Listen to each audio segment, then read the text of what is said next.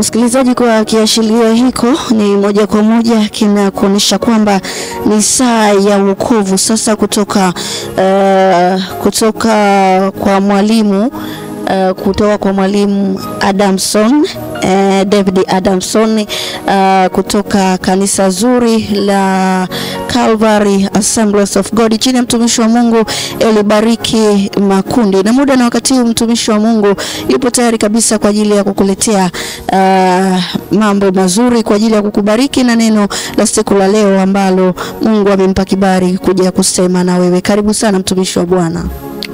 Asante. Moja kwa moja niombe tuweze kumshukuru Mungu. Baba, katika jina la Yesu, asante kwa ajili ya wiki hii ya 3 ambayo umetupa neema yako ya kujifunza. Ninamkabidhi msikilizaji anayesikiliza redio hii mikononi mwako, ya kwamba Bwana ukampe neema ya kuweza kupata kile ambacho umemwandalia siku ya leo. Nami Bwana najikabidhi mikononi mwako, utumie kinywa changu kikawe ni kinywa chako kuweza kunena kile ambacho umekusudia kiweze kuwafikia watoto wako. Asante kwa ajili ya muda na wakati kama huu. Asante kwa kuwa utafanya zaidi ya ninavyowaza, zaidi ya tunavyowaza, zaidi ya yoyote anayetarajia, ili Bwana jina lako likapate kutukuzwa katika jina la Yesu. Amen. Amen. Amen.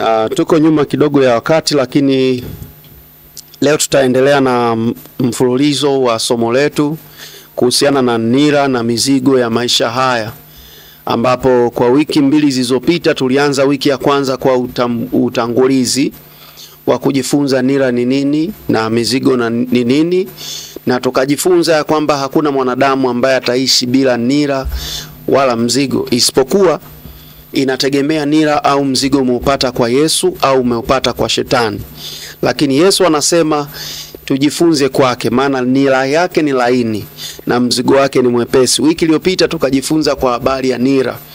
Tukasema nira, zile nira ovu tulizungumzia ni kwamba ni vitu ambavyo vinafanya watu walazimike kuelekea kwenye uelekeo ambao sio mpango wa Mungu, kwa sababu nira kazi yake ni kuwafanya wanyama wawili ambao wanalima kuweza kuelekea kwenye upande mmoja. Pengine wanaweza wasio wanalima, lakini inawaunganisha shingo zao na kuelekea sehemu moja.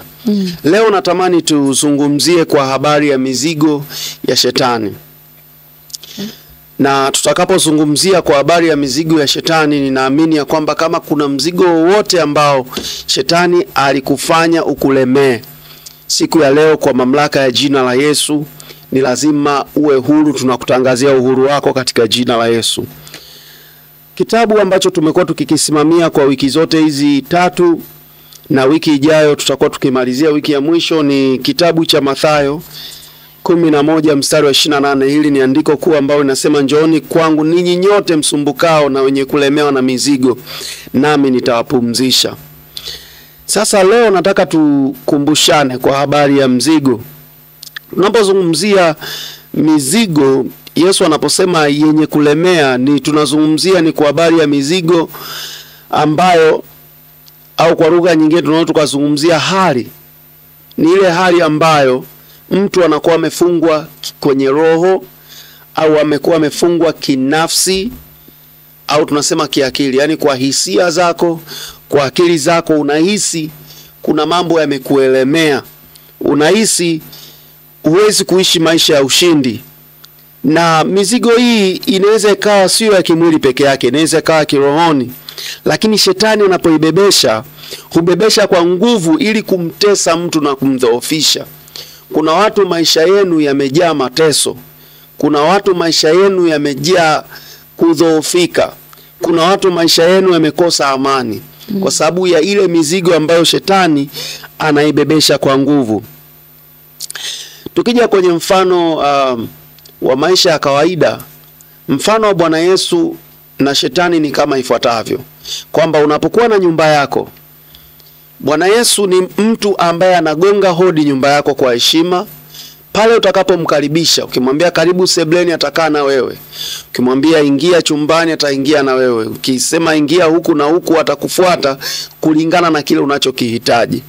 Lakini shetani anapopata nafasi, ni kama mwivi ambaye anapopata nafasi tu ya kuingia, moja kwa moja unamkuta eneo ambalo hausiki.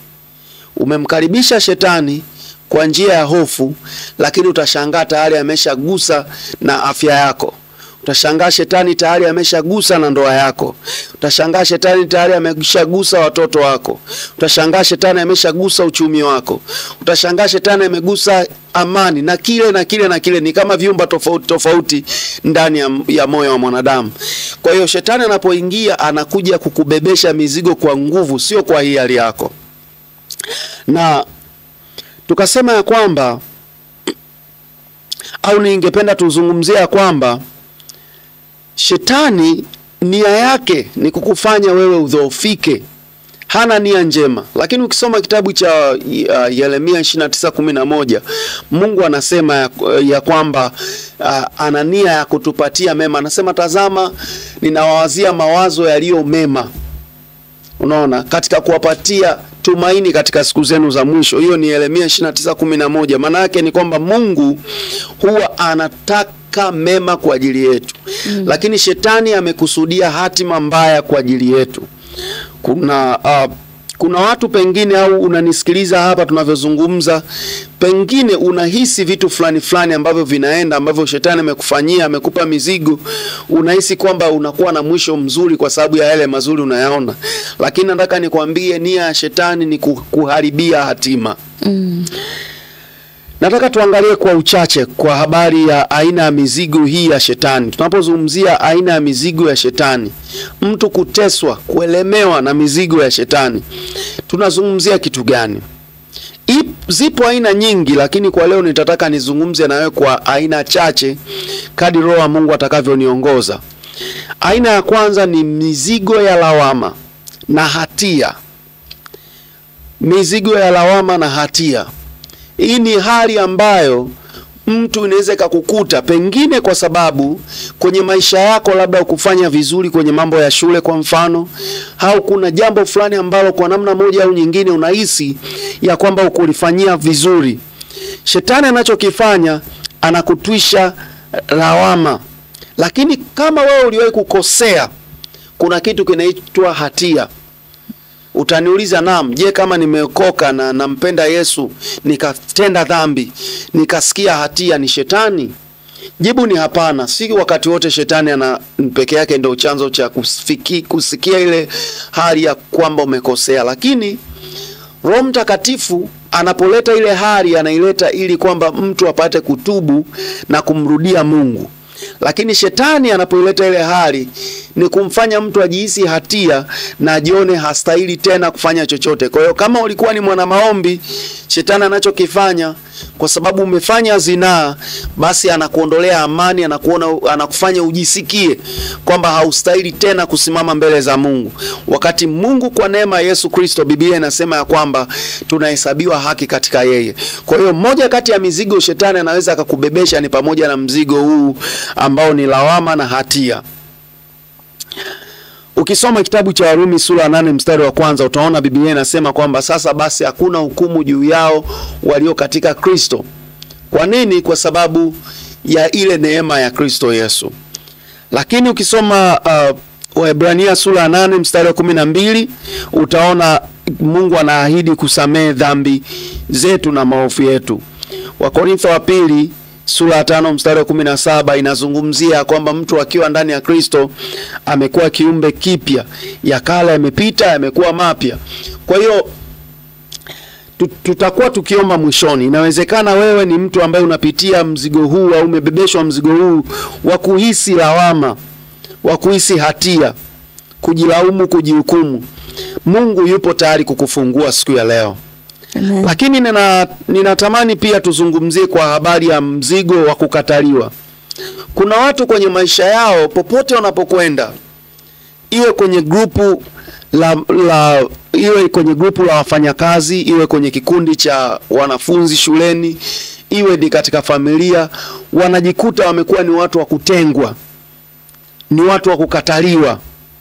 Huu ni mzigo pia. Ni mzigo wa kihisia, unamfanya mtu ajihisi kwamba hapendwi, hastahili.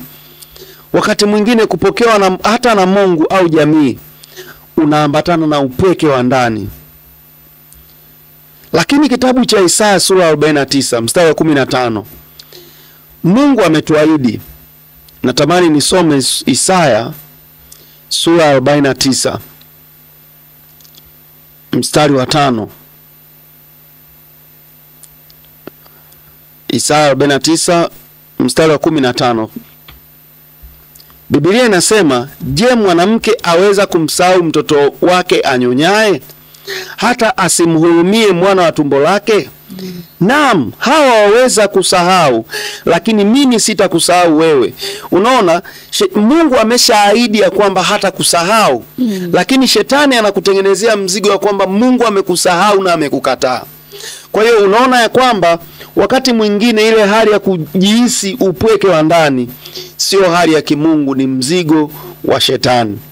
Kwa leo nataka nikuambia kwamba hali hii tunapoenda kumwomba Mungu siku ya leo, maisha yako yanabadilika kwa sababu yupo Mungu anayefanya. Sio mimi, lakini yupo Mungu atakayefanya. Na Zaburi 27 mstari wa 10 inazungumzia kwa habari ya mtu ambaye anaweza akaachwa na baba yake na mama yake, lakini Mungu akampokea. Inawezekana ukawa umekataliwa sio tu kwa mabaya uliyoyafanya, wakati mwingine ni mazuri. Wakati mwingine umeamua kuokoka, lakini unaona unatengwa na familia. Ipo familia ambayo ni ya Mungu mwenyewe, ambayo kamwe haitakuacha. Kwa nikutie moyo kama unasikiliza redio hii wakati huu, yupo Mungu ambaye anaweza kukukubali jinsi ulivyo. Amen. Lakini kuna mzigo wa huzuni ya kudumu. Yaani mtu anakuwa na hali ya majonzi yasiyoisha. Inawezekana imetokana labda na vifo vya wapendwa wa karibu. Inawezekana ni maumivu ya maisha. Inazimisha furaha na matumaini ya mtu. Kwa hiyo huu ni mzigo ambao shetani huwa anamvalisha mtu, anamtwisha mtu, unamlemea. Anashindwa kuendelea mbele kwa sababu macho yake yanatazama kwenye ile huzuni ambayo anakuwa ameibeba. Lakini neno la Mungu linasemaje? Isaya sura 61 mstari wa 3. Isaya 61 mstari wa 3. Biblia inasemaje? Biblia inasema, ukianzia kuanzia mstari wa kwanza, inazungumzia kwamba Roho wa Bwana yu juu yangu kwa sababu Bwana amenitia mafuta. Sasa tukija kwenye ule mstari wa 3 unasema, kuwaagizia hao waliao katika Sayuni wapewe taji ya maua badala ya majivu, mafuta ya furaha badala ya maombolezo, vazi la sifa badala ya roho nzito, wapate kuitwa miti ya haki iliyopandwa na Bwana ili atukuzwe. Kwa hiyo unaona, shetani hataki maisha yako yampe Mungu utukufu. Kwa hiyo anachokifanya ni kukupa, kuhakikisha kwamba unakuwa na maisha yaliyojaa huzuni. Maisha yaliyojaa huzuni, mzigo wa huzuni, huzuni ya kudumu. Na ukisoma kitabu cha Nehemia sura ya 8 mstari wa 10, Nehemia sura ya 8 mstari wa 10 inasema, furaha ya Bwana ni nguvu zenu. Sisi nguvu zetu ni furaha ya Bwana. Sasa furaha ya Bwana ni ipi? Furaha ya Bwana ni kuona wewe ndugu yangu una amani. Furaha ya Bwana ni kuona wewe unafanikiwa. Ndio maana anasema, mpenzi, na ufanikiwe kama vile roho yako ifanikiwavyo. Kwa sababu hiyo ndio furaha ya Bwana. Kwa Mungu anapokuwa amefurahi, au ile furaha ya Bwana inapokuwa ndani yetu, sisi tunakuwa tumefurahi. Hapa tunapozungumzia furaha ya Bwana, tunazungumzia katika pande mbili. Wewe unapofurahi kwa sababu uko ndani ya Bwana, lakini Bwana anapokufurahia. Manake hapo tunazungumzia kwamba ile moment umeamua kufurahi, ile moment Mungu amekujaza furaha, ni kipindi ambacho mzigo ule wa huzuni huwa unaondoshwa. Kwa hiyo Mungu anapotupa furaha inakuwa ni nguvu yetu. Amen. Kuna mzigo mwingine nataka nizungumzie, mzigo wa wasiwasi na msongo wa mawazo. Kuna watu wengi sana wamekuwa na mawazo, wakijiuliza maswali kuhusiana na kesho. Inawezekana ni hali ngumu ya kifedha. Inawezekana ni ugumu wa maisha kwa maana ya magonjwa na vitu mbalimbali. Huu unafanyika kuwa mzigo wa wasiwasi na ni pia wa msongo wa mawazo. Huu ni mzigo ambao shetani anaweza akakutwisha lakini yupo Mungu ambaye anaweza akautua huo mzigo, ambaye ametangaza kupitia kile kitabu ambacho tumesoma. Lakini pia kitabu cha Petro wa kwanza sura ya 5, Petro wa kwanza sura ya 5 mstari wa 7 inasema hivi,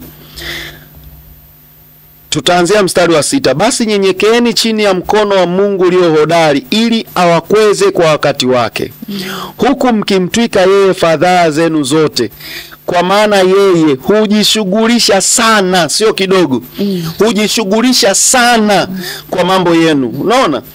Unaweza kuwa unajiuliza, una wasiwasi na maisha kwamba itakuwaje, lakini wakati huo naye Mungu anakuambia mimi najishughulisha sana na mambo yako. Ni vitu ambavyo havileti maana kwamba tunahangaika kujisumbua, na neno la Mungu inasema msijisumbue kwa neno lolote, bali kwa kila neno ni kusali na kuomba.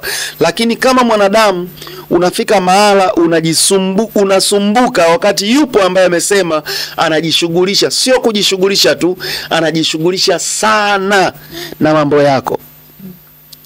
Ukisoma kitabu cha Wafilipi sura ya 4 mstari wa 6 na 7 utakuta hilo neno linazungumza kwamba msijisumbue kwa neno lolote, bali kwa kila neno kwa kusali na kuomba.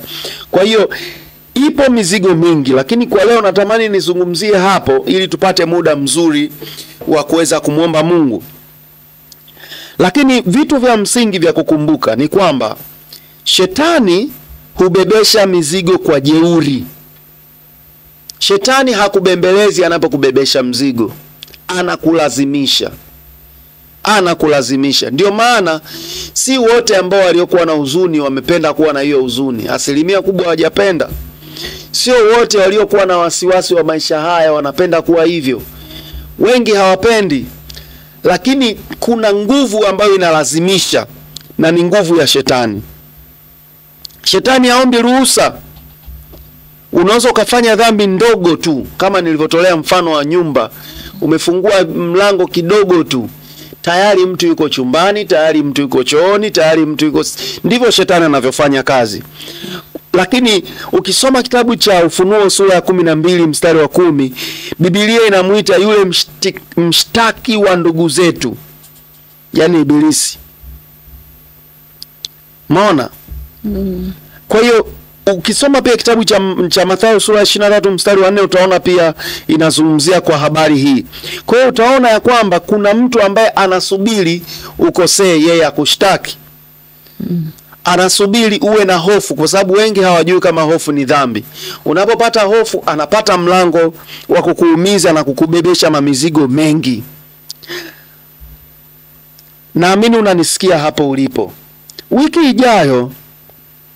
ijayo kwa neema ya Yesu Kristo tutazungumza kwa habari ya mizigo ya Yesu Kristo. Hii ni habari njema sana kwamba Yesu alikuja kutuondolea mizigo.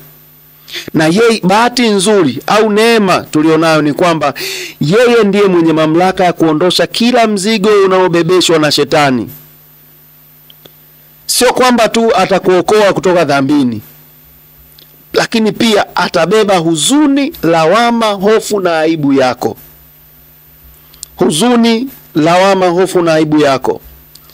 Isaya sura 53 mstari wa 4 inasema, hakika ameyachukua masikitiko yetu, amebeba huzuni zetu. Mona anaelezea jinsi ambavyo Mungu amefanya, anamzungumzia unabii kuhusiana na Yesu Kristo.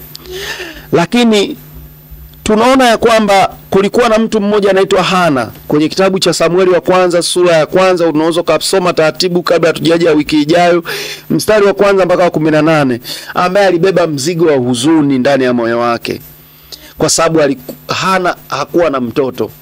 Hana na jina lake alikuwa anaitwa Hana na alikuwa hana mtoto.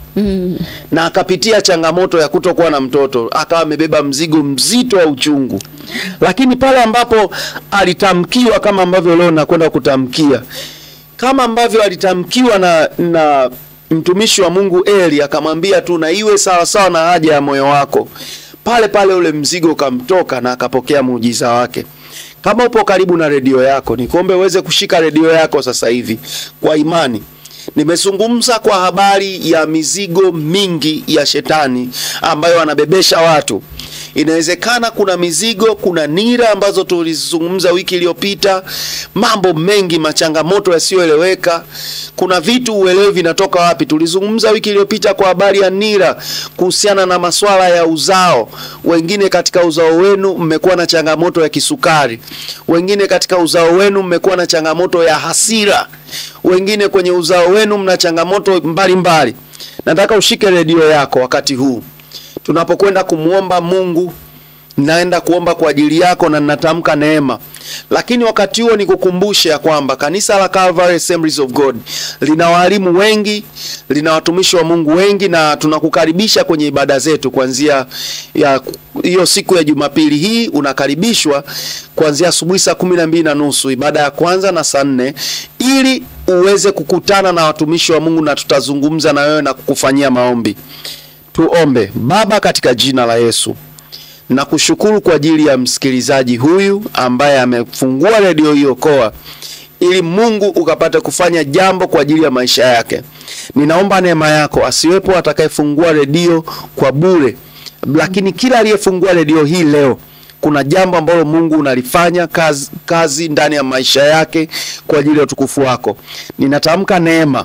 Kila mizigo ambayo shetani amekuwa akiwabebesha, kila mzigo ambao shetani amekuwa akiwabebesha, mzigo wa mapepo, mzigo wa uchungu, wa huzuni, na kila aina ya mzigo ambao niliutaja na ambao haikutajwa, katika jina la Yesu Kristo ninatamka na kuamuru ya kwamba mizigo hiyo isiwe na mamlaka tena juu ya maisha ya watu hawa. Katika jina la Yesu Kristo mwana Mungu aliye hai, ninawabariki, natamka neema juu ya maisha yenu katika jina la Yesu. Amen. Amen, amen, amen. Msikilizaji, ndivyo hivyo ambavyo mtumishi wa Mungu Mwalimu David Adamson kutoka kanisa zuri la Calvary Assemblies of God karibu na roundabout ya SUA, ndivyo ambavyo anaondoka muda na wakati huu. Lakini kumbuka ni kipindi ni saa ya wokovu, na msikilizaji bado una nafasi ya kuendelea kutuma ujumbe wako kwa kile ambacho kinaendelea ndani ya kipindi ya saa ya wokovu, vile ambavyo unabarikiwa na kipindi hiki, kama ambavyo mwalimu amekufundisha kupitia nila na mizigo ambayo shetani anabebesha watu. Lakini pia waweza kutoa ushuhuda wako kuhusiana na kipindi hiki, vile ambavyo Mungu umemuona kupitia nambari ya simu 0747966264. Kwa muda wote ulikopo nami, la kwangu jina naitwa Nuru mwana wa Mkumba. Endelea kubarikiwa na vipindi vingine vinavyoendelea kutoka hapa Okoa FM Radio. Mpaka wakati mwingine tena, kwa sasa nikutakia usikivu mwema.